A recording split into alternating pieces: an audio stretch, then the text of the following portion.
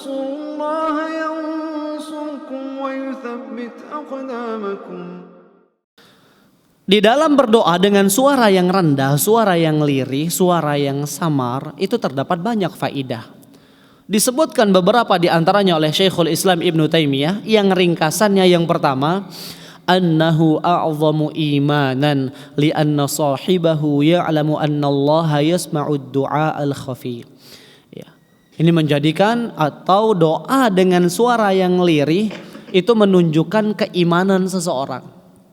Orang yang berdoa dengan suara yang lirih itu imannya lebih besar. Kenapa? Karena dia yakin bahwasannya Allah adalah zat yang maha mendengar, yang mendengar seluruh suara, bahkan doa yang dengan suara yang lirih tersebut Allah dengar. Dan ini menunjukkan besarnya keimanan hamba tersebut. Yang kedua, annahu a'zamu fil adabi wat ta'zim. Ya, berdoa dengan suara yang lirih ini lebih menunjukkan adab dan penghormatan seseorang kepada Allah Subhanahu wa taala. Kemudian yang ketiga, annahu ablagu fit tadarru'i wal khusyu'. Lebih dalam seseorang di dalam merendahkan dirinya dan lebih kuat kekhusyuannya apabila dia berdoa dengan suara yang lirih. Taib. Kemudian rabi'uha ablaghu fil ikhlas. Doa dengan suara yang lirih itu lebih ikhlas daripada doa dengan mengangkat suara. Karena orang lain tidak akan mendengar doa kita, sehingga aman kita dari pujian, aman kita dari sanjungan yang bisa saja menjadi batu sandung. Semula seseorang ikhlas karena dia terbiasa dipuji dan disanjung atas amal ibadahnya, akhirnya dia ketagihan pujian. Oleh karenanya Nabi SAW ketika melihat sahabatnya memuji sebagian yang lain dengan pujian yang berlebihan, Nabi SAW bersabda, laqad qata'ta dhahrahu, engkau telah mematahkan punggung saudaramu. Kemudian yang kelima, annahu ablagu fi jam'il qalbi 'ala dhillati fid du'a, fa inna raf'as saut yufarriquhu. Ini lebih bisa membantu kita untuk mengumpulkan hati kita di atas doa. Jadi keinginan kita betul-betul kumpulkan. Ketika kita berdoa dengan suara yang lirih, artinya hati kita akan tertuju kepada apa yang kita minta. Beda ketika kita berdoa dengan suara yang keras.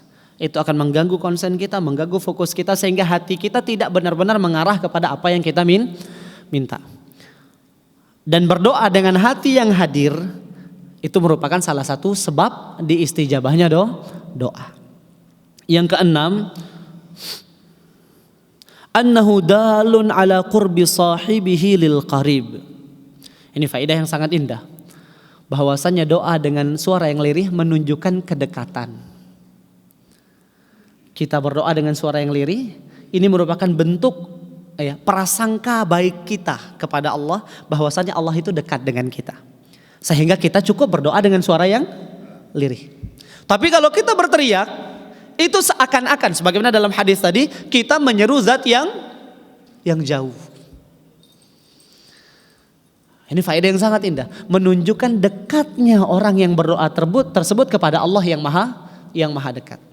Kemudian faedah yang ketujuh, annahu ad'a ila dawami talabi was su'al, fa innal lisana la yamal wal jawarihu la tat'ab. Ini juga faedah yang luar biasa jamaah sekalian.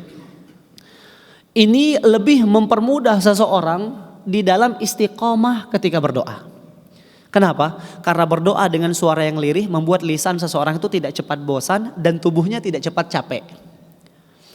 Lebih panjang dia berdoa apabila dia berdoa dengan suara yang lirih. Karena ketika dia mengangkat suara, mulutnya capek, tubuhnya capek, sehingga doanya lebih cepat. Durasi dia berdoa lebih singkat. Dan untuk kembali berdoa itu lebih lama. Jeda antara satu doa dengan doa yang lain akan lebih lama. Berbeda dengan doa yang lirih. Ini akan membuat seseorang lebih sering di dalam berdoa kepada Allah Subhanahu wa taala. Faedah yang ke-8, anna ikhfa du'a ab'adu lahu minal qawati' wal musyawwishat. Melirikkan suara ketika berdoa itu lebih menjauhkan seseorang dari keadaan tashwish, munculnya waswas atau munculnya sesuatu yang memotong konsentrasinya di dalam berdoa. Yang kesembilan, annahu a'zamun ni'am al-iqbal wa ta'abbud wa likulli ni'matin hasid. Berdoa kepada Allah itu adalah kenikmatan, jemaah sekalian. Dan setiap nikmat pasti ada orang yang hasad terhadapnya, sehingga tidak perlu antum tampakkan kenikmatan yang Allah berikan kepada antum untuk orang lain. Kalau antum berdoa dengan mengangkat suara, dia lihat itu, ya Allah, begitu terus dia berdoa. Ria sekali, semua orang diperdengarkan doanya. Tidak perlu.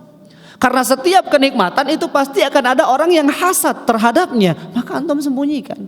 Dan beribadah kepada Allah, berdoa kepada Allah salah satu kenikmatan. Taufik, jamaah sekalian. Sehingga ketika kita menjaganya dengan suara yang lirih, ini akan jauh daripada hasadnya orang-orang di sekitar kita. Dan yang ke-10, anna du'a huwa dzikrun lil mad'u subhanahu wa ta'ala mutadamminun lit talabi wath thana'i alaihi bi awsafihi wa asma'ihi fahuwa dzikrun wa ziyadah. Doa itu sama dengan zikir, dan asal zikir ialah dengan melirihkan suara. Wallahu ta'ala a'la wa a'la. Ini 10 faedah yang diringkas oleh al-muallif dari Syekhul Islam Ibnu Taimiyah yang menunjukkan keutamaan berdoa dengan suara yang lirih. Tapi ingat jamaah sekalian, harus terlafazkan dengan sempurna.